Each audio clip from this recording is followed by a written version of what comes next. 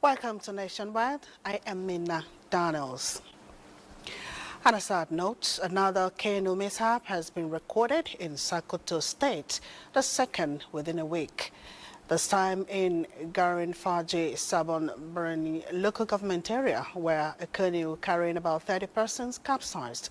Reports indicate that the victims, mostly villagers who usually flee their homes at night to escape bandit attacks, were returning to their community when the canoe struck an obstacle and overturned. So far, 21 people, including the two canoe operators, survived the accident. 6 bodies have been recovered and buried according to Islamic rites, while 3 persons remain unaccounted for.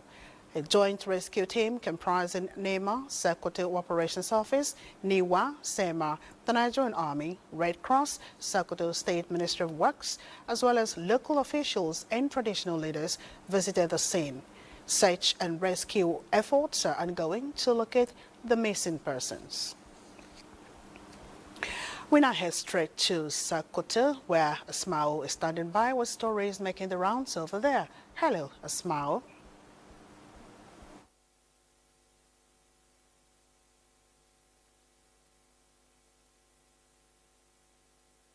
Yeah, welcome to Sokoto on Nationwide. In the wake of yet another disturbing boat mishap accident in Gorenyo local government of Sokoto State that claimed lives and destroyed farm produce worth millions of naira, the National Inland Waterways Authority, NIWA, has intensified its sensitization drive to vulnerable communities in Zamfara State. The campaign, held in Gumi with participation from Anka and Bukuyum local governments, is designed to equip at-risk communities with vital safety knowledge and skills to prevent reoccurrence. Jamilu Ibrahim has more. The sad event involving over 50 passengers, motorcycles and farm produce threw the entire community into an atmosphere of confusion and mourning. With the ongoing search and rescue efforts by officials of the National Inland Waterways Authority and the National Emergency Management Agency, supported by the local divers, the families of the victims are anxiously awaiting news of the recovery of more of their missing loved ones. We were there, we pray for the force of the late people, and we condole the families. Then we come back to the water side in order to do sensitization for them how every boat operator must operate with life jacket, and most passengers, or all the passengers, should make sure that they wear life jacket before crossing the river bank. Definitely the search and rescue is being called up, but the local divers will continue. Already information has been sent downstream up to Argungu and Dukku in Kebbi State. If they see any floating body, they should help us in retrieving it and then alert the nearest station. The 3 recovered bodies have since been laid to rest in accordance with Islamic rites. To ensure safety and forestall reoccurrence of such incidents, 15 life jackets were distributed to the community by the National Inland Waterways Authority. In Sokoto, Abdullah Omar Ilalu, NTA News. That report was presented by Abdullahi Umar Ilalu and not Jamilu Ibrahim. So, unemployment has been identified as major challenge deterring Nigerian youth from self-actualization and development. In Kebbi State, stakeholders believe that a change towards entrepreneurship is the way out. As future leaders, how can the potentials of these significant members of the society be harnessed? Abdul Jalil Muhammad Bawa reports. And in riverine communities often caused by overloading, ignorance and disregard for safety rules. These lapses continue to put passengers at risk.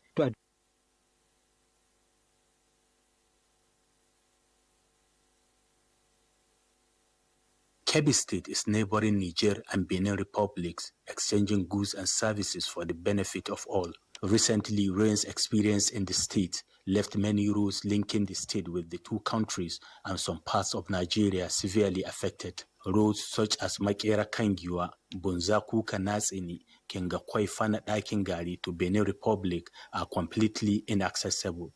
From Kambo to Dakin Gari, one has to go around through Bunza, a journey of just 1 hour. One must spend at least 5 or more hours.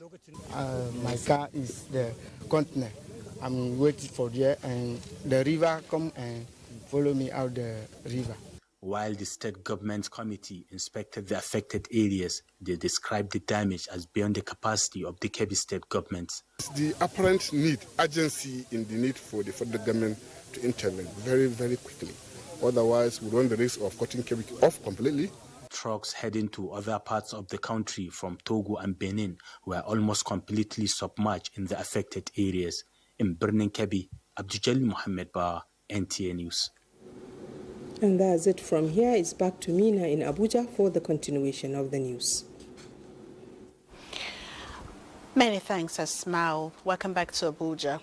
The Federal Minister of Environment, in its latest flood prediction, says 29 communities in Benue, Borno, Gombe, Kebbi, Nasarawa, and Yobe states are likely to experience flooding as a result of rising water levels of River Niger between today and tomorrow.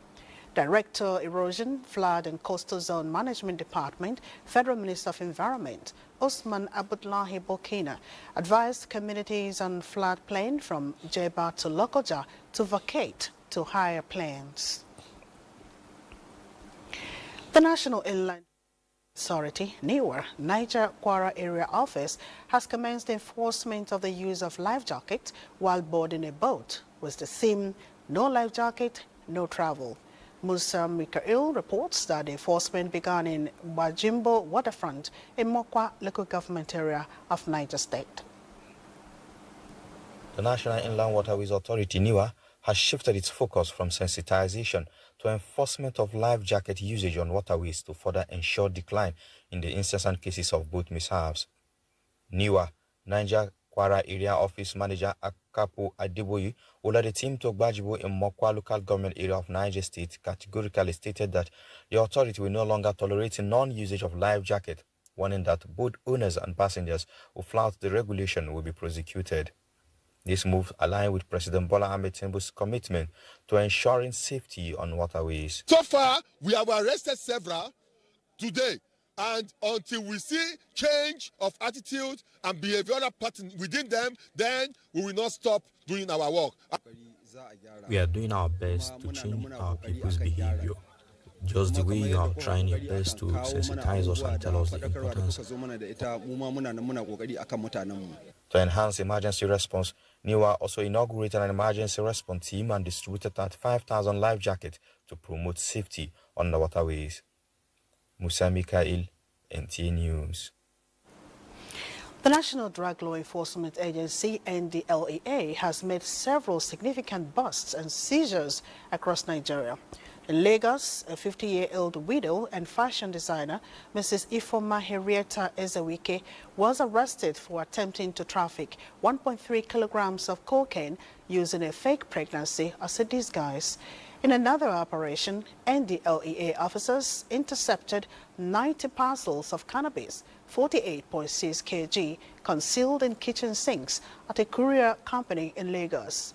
In Abuja, 2 dispatch riders were caught distributing illicit substances, including pentazocine injection and skunk. In other parts of the country, NDLEA operatives made notable seizures, including 825,000 pills of opioids in Canoe, Adamawa and Kogi states.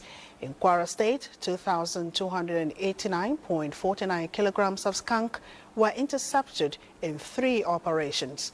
The agency also destroyed large quantities of skunk in Taraba, 7,500 kg, Delta, 25,500 kg, Ondo, 25,025 kg, and Edo, 14,233.37 kg. These operations demonstrate the agency's efforts to curb drug trafficking and abuse in Nigeria. The NDLEA chairman, Brigadier General Mohammed Buba Marwa, commended the officers involved in these operations for their dexterity and encouraged them to continue with the agency's balanced approach to drug control efforts. The agency also continued its war against drug abuse, wider sensitization activities in schools, worship centers, workplaces, and other communities across the country, aiming to educate the public about the dangers of drug abuse. The chairman of the All Progressives Congress, APC, Professor Nentawe Yewada, has commended the renewed help agenda of President Bola Tinubu in transforming the lives of Nigerians through impactful initiatives and projects. The national chairman made the commendation during a working visit and first phase launch of the renewed help empowerment program in Bayelsa State, where hundreds of women and youths were empowered. Ebidemi Zitemiola reports. Of Bayelsa State by the APC national chairman is in furtherance of President Bola Tinubu's drive to improve the lives and livelihoods of citizens.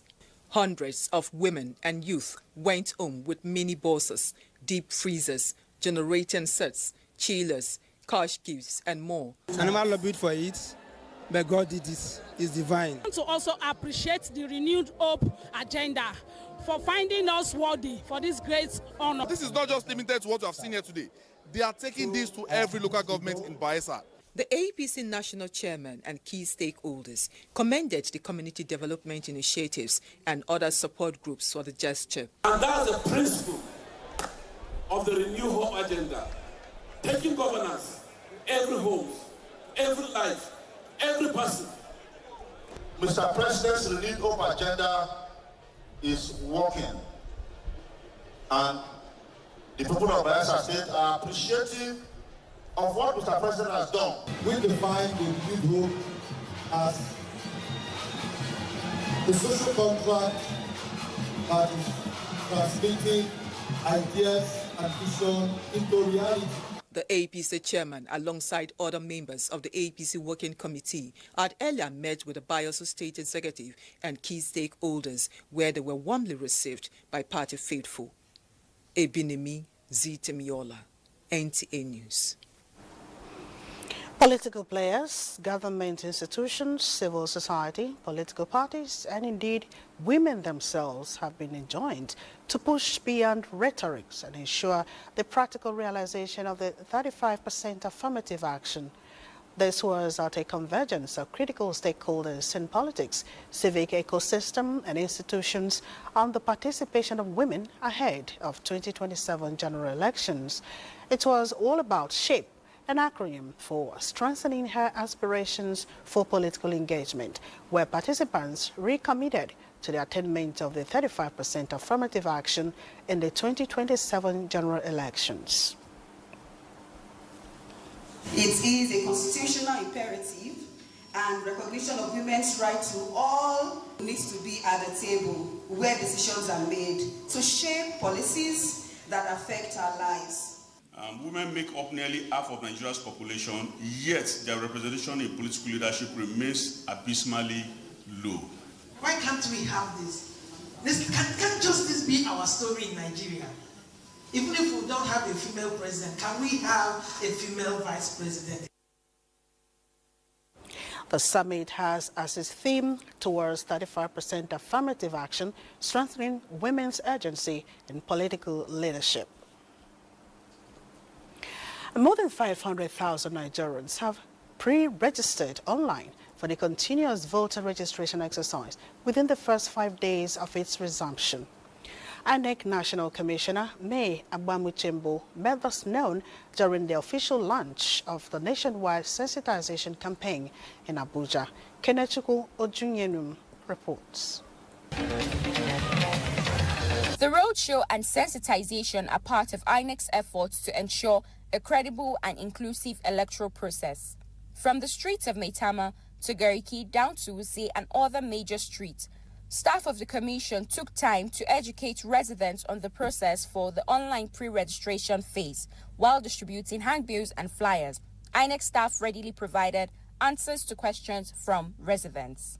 As part of efforts to deliver on our mandate to conduct free, fair, credible and inclusive elections, the commencement of the CVR exercise highlights a significant step in our effort to strengthen Nigeria's democracy. The in-person registration will commence at INEC offices nationwide from 25th of August 2025. The first phase runs until December 2025, with the second phase scheduled from January to the 30th and the third phase in August 2026. From the 25th, people will be attended to in our offices nationwide.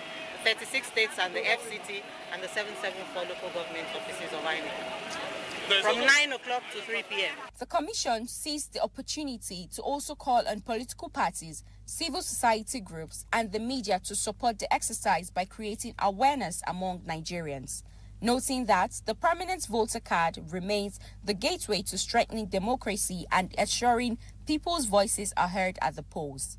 In Abuja, Kanachiko Ojuyenum, NTA News. Benue State Governor Hyacinth Alia has refuted allegations of influencing the purported removal of Speaker Andona Dajo, pointing out that he has tremendous respect for the legislature.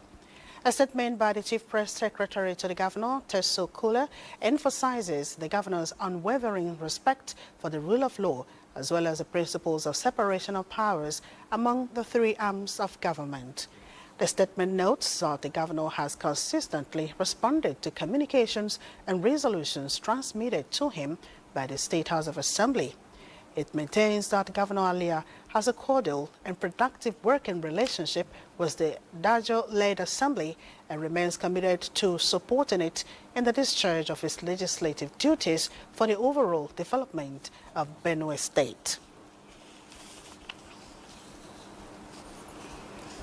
In another bold move that seeks to further ignite the economic landscape of southwest Nigeria, the Office of the Sustainable Development Goals, in partnership with Renewed Hope Initiative, has presented empowerment items to about 3,500 women in the zone.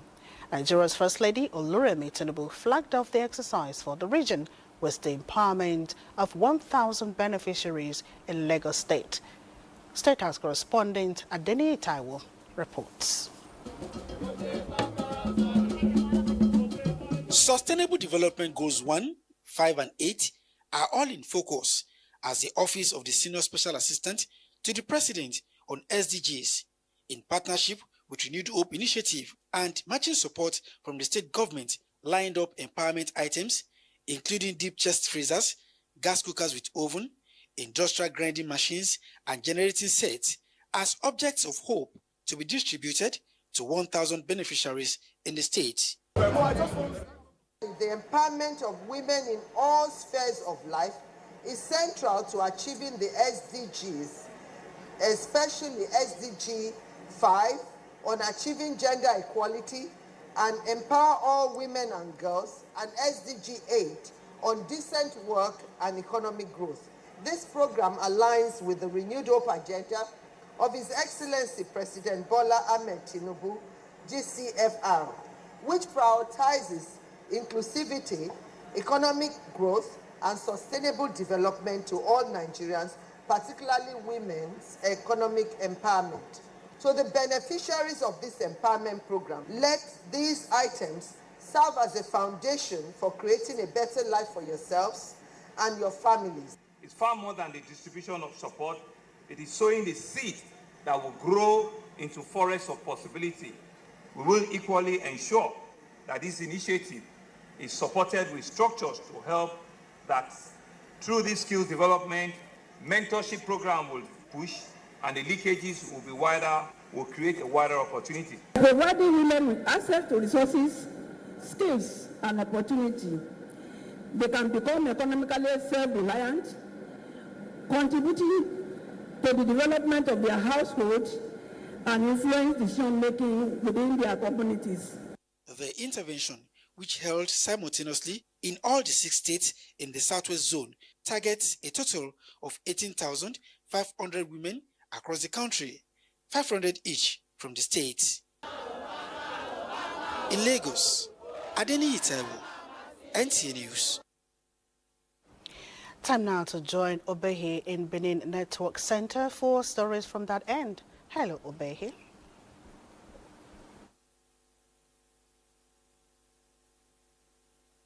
Wife of the President, Senator Oluremi Tinubu, has reiterated the commitment of the federal government to empower women across the country to be able to contribute their quota to national development. She made the remark while distributing items to 500 women in Ekiti State under her Renewed Hope Initiative program. Tayo Osho reports. Another set of women are benefiting from First Lady's Empowerment Program. In contrast to that of last week, which was non-refundable cash donations, the empowerment this time around comes in form of items which include industrial gas cookers, generators, freezers, and grinding machines. Wife of the President, Senator Oluremi Tinubu, represented by the wife of Ekiti State Governor and the coordinator of Renewed Hope Initiative in Ekiti State, Dr. Olayemi Oyebanji, while distributing the items to the beneficiaries, says there is need to empower women to enable them contribute their quota to the development of the society. Dr. Olayemi says the beneficiaries were carefully selected across the state without political interference, with the aim of assisting them to grow their businesses, and thanked the Office of the Special Advisor to the President on Sustainable Development Goals, SDGs, for their collaboration. Recognizing the critical role women play in nation building, these programs aligns with the Renew Hope agenda, which prioritizes inclusivity, economic growth, and sustainable development for all Nigerians, particularly women's economic empowerment. The Special Advisor to the President on Sustainable Development Goals believes that the program is not just about distributing empowerment items, but it is about unlocking potentials, fostering economic independence, and creating opportunities for women to thrive. Stakeholders at the event advised beneficiaries to make judicious use of the equipment as they expressed gratitude to the wife of the President. Very appreciate and thank Governor Ba and his wife and the President and our mother Tinubu that is doing a great thing both in Nigeria and in Ekiti State. The program aims at empowering women to contribute to inclusive national development. In Ado-Ekiti, Tayo Osho, NTA News. Edo State Government has recorded a major milestone in its ongoing efforts to guarantee clean and sustainable water supply across the state, with the completion of a comprehensive overhaul of the Ugboha water supply scheme in Edo Central. The rehabilitation exercise, which has restored full water reticulation to Ugboha and parts of Uromi and Irua, many say, marks a significant turnaround in the state's drive to strengthen public utilities and improve the quality of life for citizens. Good luck, Enaini reports. The realization of this noble objective came after a series of work. Governor Mando Pawolo is represented on this inspection by the Chief of Staff, Gani Audu, accompanied with Managing Director of the Edo State Urban Water Corporation, Uyi Ehusehi. In the course of inspection, NTA News gathered that Ugboha, the host community, never benefited from these multi-million naira projects when it was originally executed. We'll keep pushing. Mr. Governor gave us a clear-cut mandate to give clean, affordable pipe-borne water to Edo people. The darker days seems to be over now. And for the first time, Ugboha, the host community, and other adjoining communities in Edo Central now enjoys uninterrupted water supply. God will give among wisdom to do many things for us. The water is very clean and it's very okay. He told us that he is going to restore water in this community. We never knew he was serious. Governor Pawolo approved a complete turnaround maintenance for fully automated filtration plant, high-pressure pumping systems, and durable ductile industrial pipes capable of carrying primary water for reticulation. I am so impressed, and I commend the effort of Mr. Governor. With the host communities now connected, restoration plan will extend to Irua, Ekpoma, Iruekpe, Ile, and environs, just as design work are ongoing to reticulate the Ojorami and Ipoba River dams to strengthen supply across Edo North and South. In Benin, good luck in Aini, NT News. And that concludes our contribution to Nationwide Today.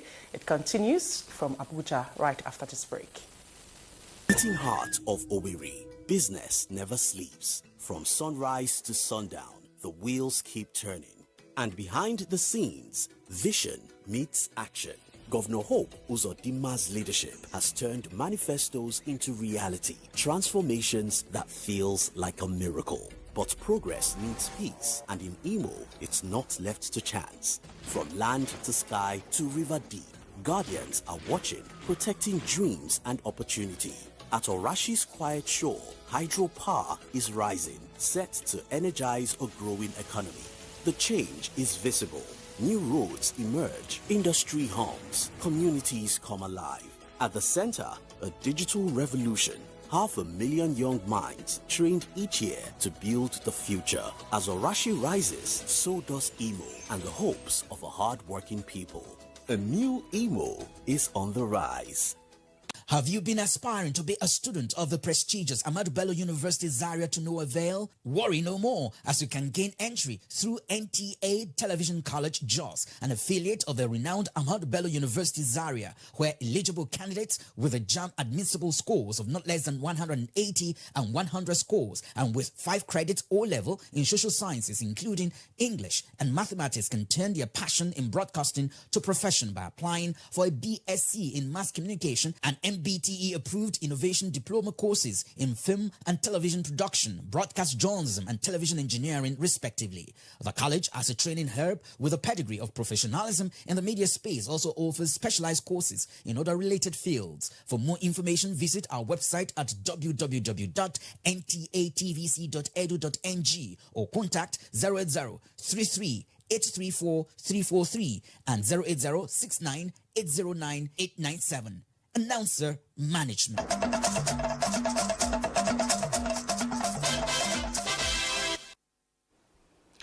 Welcome back to Abuja as we head to Lagos Network Center where Awal is standing by.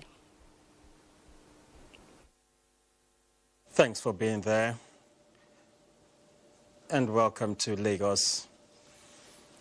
We begin with technology.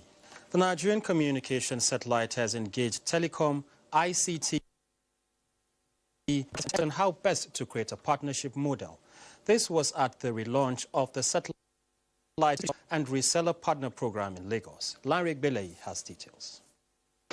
The unveiling of NIGCOMSAT by the Nigerian communication satellite as a commercial version, which has high-compact co-creation opportunities, has now positioned the company as a modern digital infrastructure powerhouse for gathering strategic feedback from market leaders in telephone, broadcast, and internet service. We recognize the fact that to deliver a mandate as a government entity providing satellite services that wants to be the preferred satellite service provider in Nigeria and in Africa, we cannot do it alone. The best way to reach our mandate at scale is to do it together with partners. Discussion amongst these satellite service providers centered around partnering with NIGCOMSAT, reselling NIGCOMSAT, easy or hard, pricing and incentives that will work for business, and the support system needed as a partner. We want a business model that not just reflects something indigenous, but something that is private driven, just like they currently are. It can work. I mean, we've seen the Nigerian LNG work, and it is purely a Nigerian company, but it's being run by the private JV partners. And I think that's what they need. They need to bring in partners to help them run it efficiently. NIGCOMSAT is a Nigerian company created in 2006 under the supervision of Federal Government Ministry of Communication and Digital Economy to improve access to nationwide satellite coverage, powering government and enterprise sector in emerging markets, and cross-sector application in education, health, fintech, and rural commerce. In Lagos, Larry Bilayi, NTA News. Away from technology to sensitization campaign on President Bola Ahmed Tinubu's milestone in the Southwest. The present administration's effort in having a chain of continuous engagement at the grassroots to feel the pulse of Nigerians is ongoing in the southwestern part of the country, this time in Igondo, Ikotun, LCDA of Lagos State. The town hall sensitization campaign on the milestone of President Bola Tinubu was organized by the Federal Ministry of Information and National Orientation. Again, Larry Belay has details. Public engagement such as this is one of the hallmarks of the present administration. It is to first present the government's scorecard to Nigerians and provide opportunity to interact and ask questions, which will also serve as a feedback mechanism for the government. We have different fora where we engage our people, and this is going to be part of what we are going to be discussing with them. So it's going to be a continuous exercise. The Honorable Minister wants people to know that people are getting it, that the Ahmed Tinubu administration is getting it right by giving these things down to the grassroots. So people who are scared, who are a bit skeptical can come on and also benefit. In an interactive session, programs and projects of the present administration on education, health, infrastructure, economy, agriculture, tax reforms, youth welfare and empowerment were highlighted in English and local languages. The take-home from this program is to key into some of the program activities of government. Some of the government has come up with so many programs, laudable programs that are beneficial to the people. And these are some of the avenues by which we can let people know. We, at our level, we will carry what we have had here today to our people at the grassroots so that they will know there are a lot of benefits lying down there for them to tap into. Dangers of misleading information about these programs were part of the issues discussed at the sensitization program. The Federal Minister of Information urged representatives of market men and women, communities, religious sects, women leaders, and artisans to let the information garnered cascade to their various groups. In Lagos, Larry Pileyi, NTA News. That's it from Lagos. It's back to Mina in Abuja for more on Nationwide. Mina, it's back to you. Many thanks, Howell. And troops of the Joint Task Force Northeast Operation Hiding Kai has recorded significant successes against terrorists in Borno and Yobe states.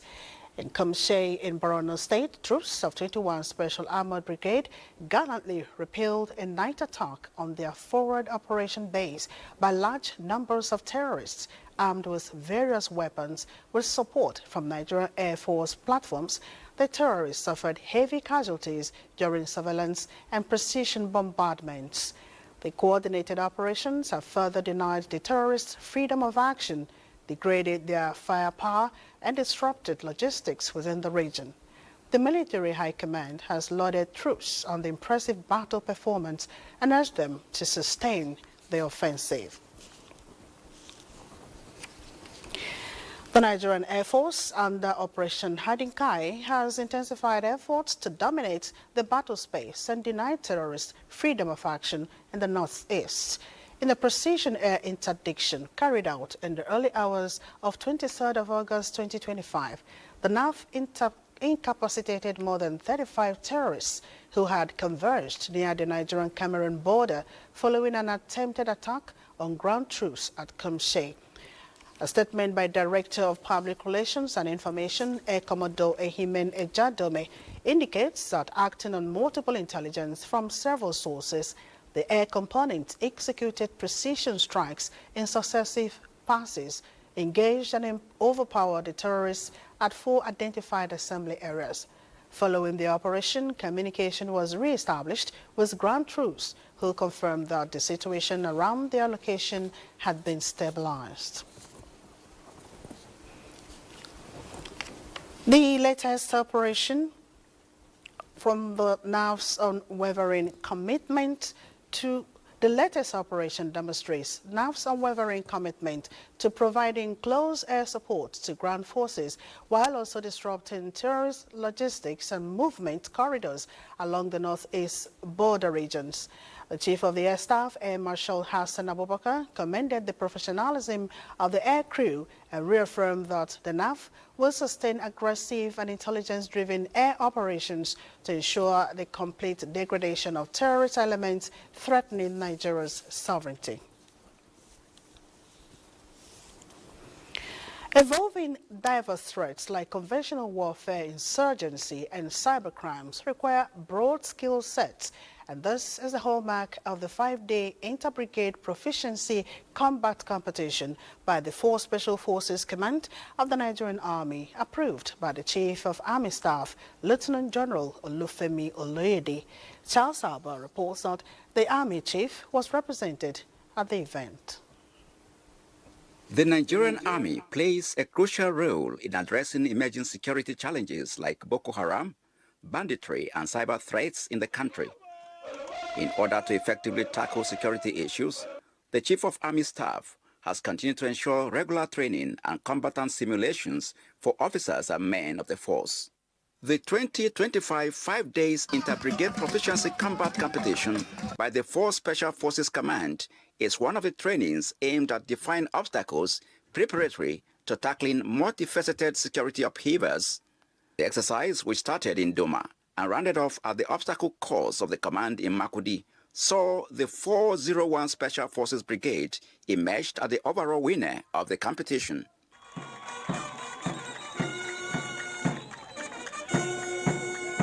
Outstanding participants might home with awards. Charles Abba, NTA News. The Nigerian police force has repatriated a high-profile Chinese fugitive, Dai Qingsheng, in a landmark operation executed through the Interpol National Central Bureau, NCB, Abuja. A statement by the force notes that the successful repatriation carried out in collaboration with Interpol, NCB Belgium, and the Embassy of the People's Republic of China in Nigeria underscores the force's unwavering commitment to tackling transnational organized crime. Mr. Qingsheng, a notorious gang leader wanted in Guizhou Province, China, for orchestrating violent organized crimes, fled his country in 2024 to evade arrest by the Public Security Bureau of Xinjiang County. He was tracked and apprehended in Abuja on 8th of August 2025 and repatriated to Belgium on 15th of August under the framework of police-to-police cooperation coordinated by Interpol. The Inspector General of Police, Olukayode Egbetokun, describes the operation as a strong message to global crime networks that Nigeria does not serve as a hiding place for fugitives. It's now time to join Chika in Enugu Network Center. Welcome to Enugu Network Center. Obnoxious traditional practices and gender-based violence against women will soon go extinct in Enugu State. This is coming with the signing of community guidelines to operationalize the public declaration against gender-based violence and harmful practices in Edem Ane community and Soka local government area of Enugu State. Chimaroke Ugu has the report. Signing of the community guidelines to eradicate gender-based violence and harmful practices by the traditional ruler of Edemani community in Nsoka local government of Enugu State, the Ministry of Children, Gender Affairs and Social Development, and the UN Women is a reflection of the urgent need to safeguard the dignity, safety, and well-being of every member of the community.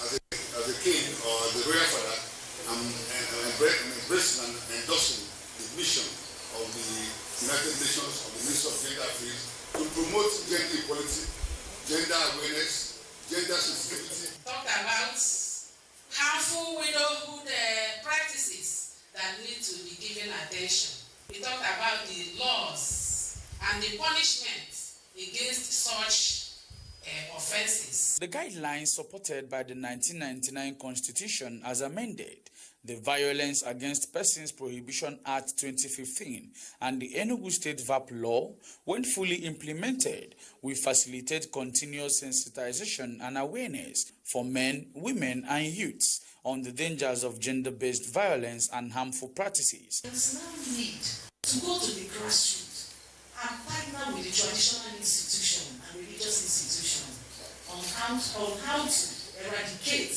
or get violence against women and girls to zero level. By endorsing the guidelines, the UN Women and the State Ministry of Children, Gender Affairs and Social Development affirms a determination to make Edemani and other communities of Enugu State a model community where traditions uplift rather than harm and where every person can live free from violence and discrimination. In Enugu, Chimaroke Ugu, NTA News. federal government is said to offer comprehensive training programs to Nigerians in various vocational areas that will be based on practical and hand-on experience necessary to succeed in their chosen fields.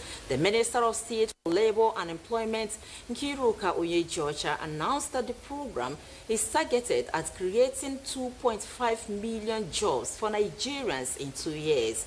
Chiyerefesi Okoye is our guide.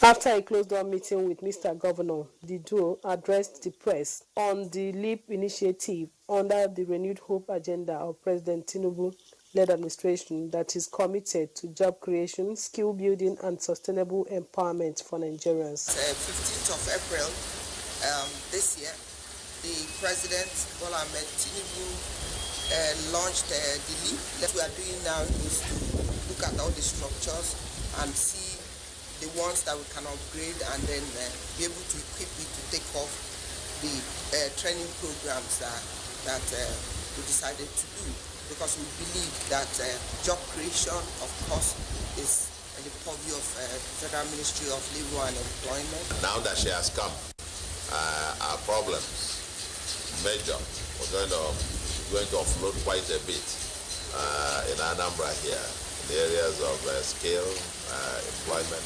productivity. Earlier, the minister and her team were at Alo and Ifitedunu for the inspection of the skills upgrading vocational and training centers.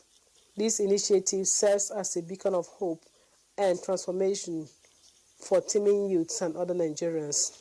I'm profoundly grateful for your commitment to this initiative and for your dedication in improving the lives of Nigerians through meaningful work and economic empowerment. The visit climaxed with inspection of facilities at the vocational centers in Oka, Chinyere-Fesi Okoye, NTA News.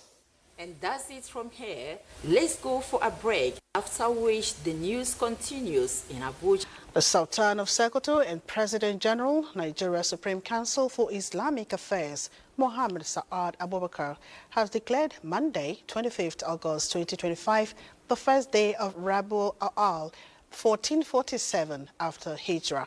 The declaration is contained in a statement signed by the chairman of the Sultanate Council Advisory Committee on Religious Affairs and Wazirin Sokoto, Professor Sambo Wale Junaidu.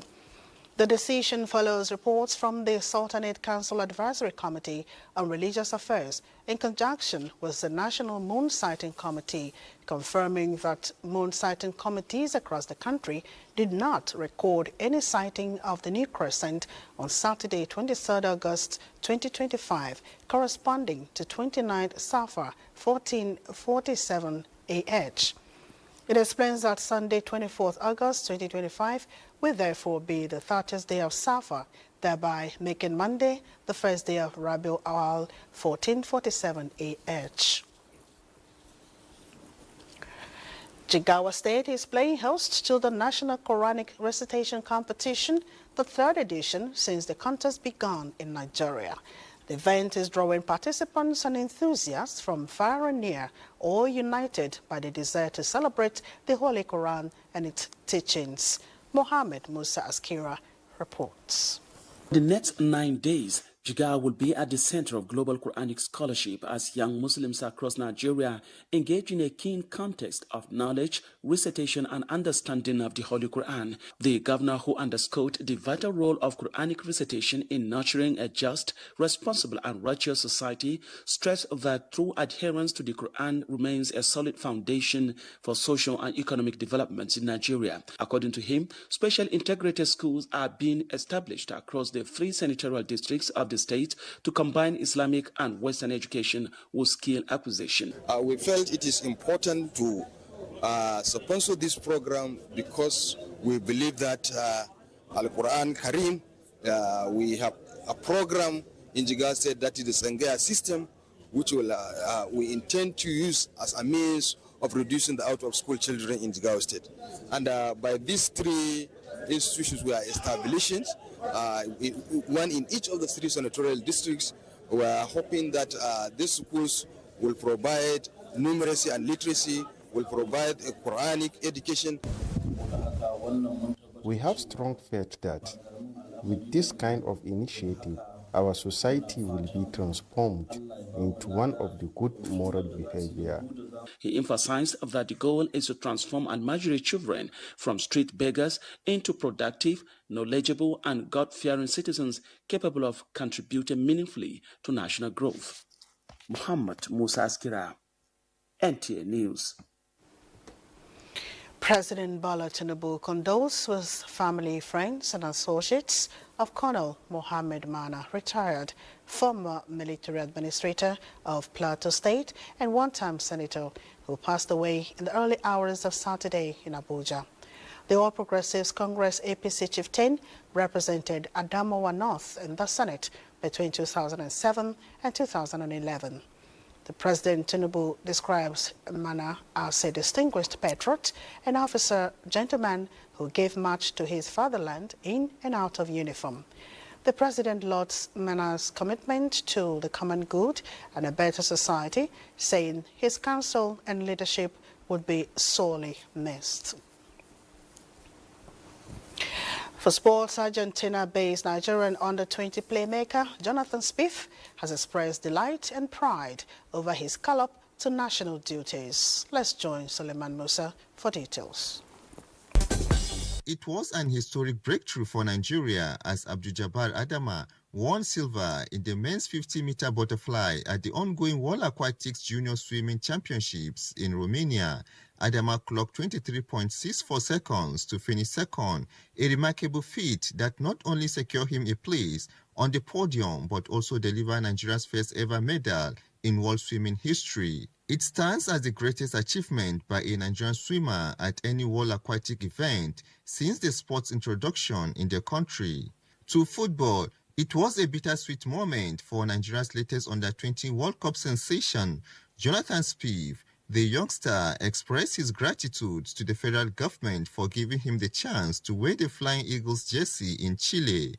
But Spieth, who was born in Argentina to a Nigerian father and Argentine mother, also revealed his disappointment at not being able to join the team earlier, blaming bureaucratic hurdles he faced in Argentina. The invitation to join the national team is not just an opportunity, it is a dream come true for me. Of my boot and wear the green and white jersey.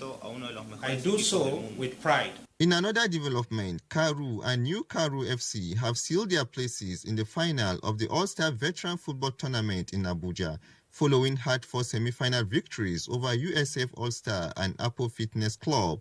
USF took the lead in the opening match, but New Karu struck back quickly with an equalizer to advance. In the second fixtures, Karu All-Stars edged past Apple Fitness Club 5-4 in a thrilling contest to book their spot in the final.